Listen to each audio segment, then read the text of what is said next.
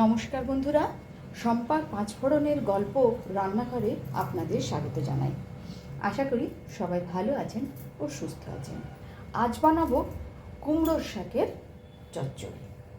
আমি এখানে নিয়েছি বেশ কিছুটা পরিমাণ কুমড়োর শাকের ডগা, ভালো করে কেটে ধুয়ে নিয়েছি 3-4 ঘন্টা ভেজানো 1 কাপ মটরের ডাল, জল ঝরিয়ে নিয়েছি 4টে কাঁচা লঙ্কা, একটা মিডিয়াম সাইজের আলু আমি লম্বা করে কেটে ধুয়ে নিয়েছি।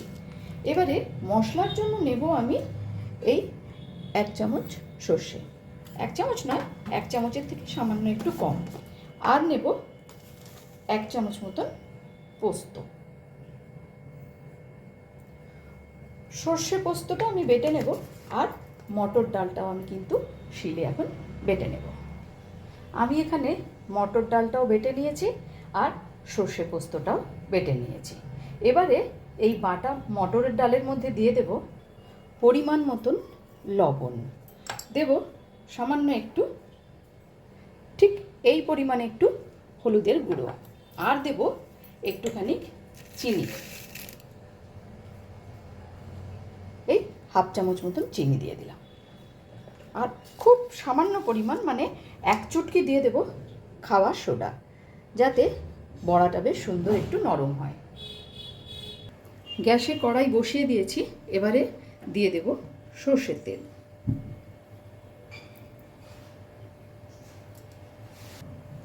তেলও ভালোভাবে গরম হয়ে গেছে। এবার আমি ওই মটর ডাল যে বেটে রাখলাম সেটা থেকে ছোট্ট ছোট্ট করে বেশ কিছুটা পরিমাণ বড়া তৈরি করে নেব। আমার রান্না যদি আপনাদের ভালো লেগে থাকে, আর যদি এই ভিডিওটি আপনারা ফেসবুক থেকে দেখে থাকেন, তাহলে অনুরোধ করব পেজটিকে ফলো করে দেওয়ার জন্য।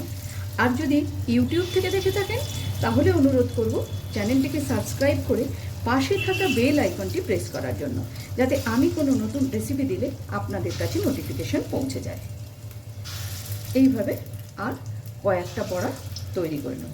2 চামচ ডাল বাটা কিন্তু আমি আলাদা করে রেখে দেব।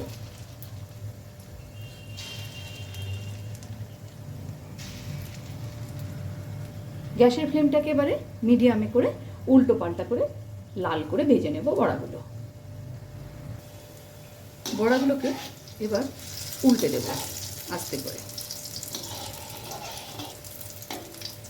গ্যাসের ফ্লেমটা কিন্তু এ সময় আমি মিডিয়ামেই করে রেখেছি।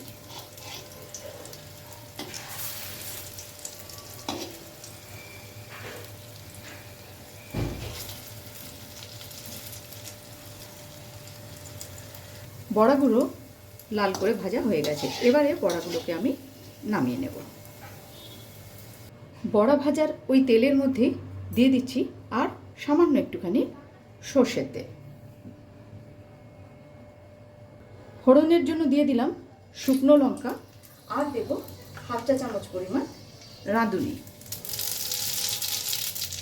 ফোড়নটাকে একটুখানি নেড়ে নিচ্ছি কয়েক সেকেন্ড। এবারে দিয়ে দেব কেটে রাখা আলু।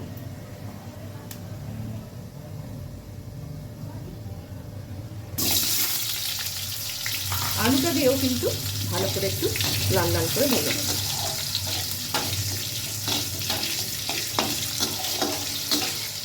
আলুগুলো কিন্তু লাল করে ভেজে নিয়েছি। এবারে আমি দিয়ে দেব যে কুমড়োর শাকটা কেটে ধুয়ে রেখেছিলাম সেই শাকটা।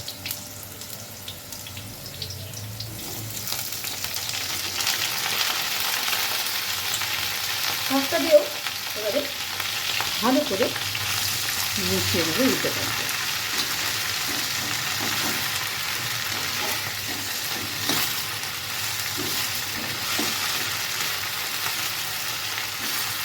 দিয়ে দিচ্ছি পরিমাণ মতন লবণ।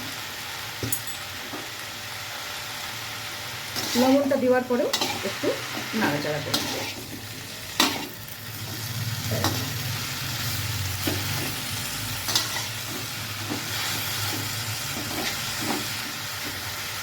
নাড়াচাড়া করে নিয়েছি, এবারে সামান্য একটুখানি জল আমি এর মধ্যে দিয়ে দেব। একটু জল দিয়ে দিলাম। এবারে এটাকে আমি প্রায় 4 থেকে 5 মিনিটের জন্য ঢেকে দেব, গ্যাসের ফ্লেমটাকে একদম লোতে করে। ফিরে এলাম 4 মিনিট পর। লবণটা দেওয়ার জন্য কিন্তু কুমড়ো শাক থেকেও অনেকটা জল বেরিয়েছে। এবারে আমি এর মধ্যে দিয়ে দেব হলুদ গুঁড়ো।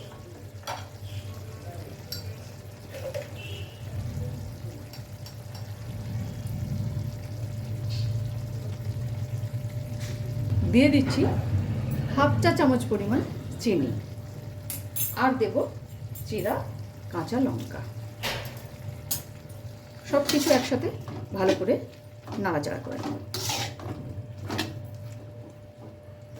সব কিছু একসাথে মিশিয়ে নেওয়ার পরে এবারে এর মধ্যে দিয়ে দেব যে সর্ষে পোস্তটা আমি বেটে রেখেছিলাম, সেই বাটা সর্ষে পোস্ত।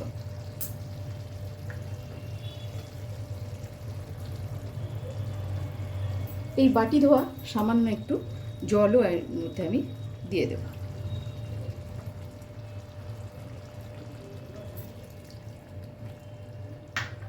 আবারও ভালো করে সব কিছু নাড়াচাড়া করে নেব।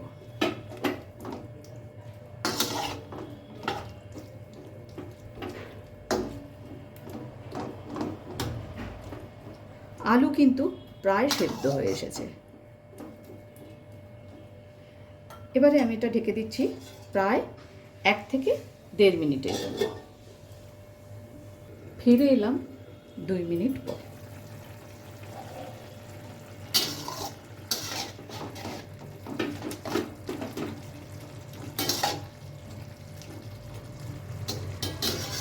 মটর ডালের বড়া করার পরেও যে 2 চামচ ডাল আমি এমনি রেখে দিয়েছিলাম, সেই ডালটাকে মানে সেই বাটা ডালটা আমি সামান্য একটু জল দিয়ে গুলে নিয়েছি। এবারে সেই ডাল বাটা জলটা এখানে দিয়ে দিচ্ছি, আর দিয়ে দেব ভেজে রাখা মটর ডালের বড়াগুলো।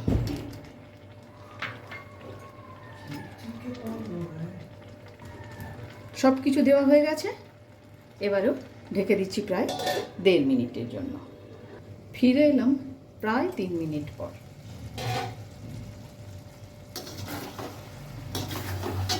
দেখুন কি সুন্দর মাখা মাখা মতন হয়ে গেছে। এটা কিন্তু শুধুমাত্র মটর ডালের যে ঘোলই বলতে পারেন, সেটা দেওয়ার জন্যই কিন্তু এটা হয়েছে। কুমড়ো শাকের চচ্চড়ি কিন্তু আমার একদমই তৈরি। ওপর থেকে দিয়ে দেব সামান্য একটু কাঁচা সর্ষের তেল। 5 মিনিট স্ট্যান্ডিং টাইমে রেখে আমি নামিয়ে নেব। সহজেই এবং সামান্য উপকরণে তৈরি করে নিলাম দারুণ স্বাদের কুমড়ো শাকের চচ্চড়ি।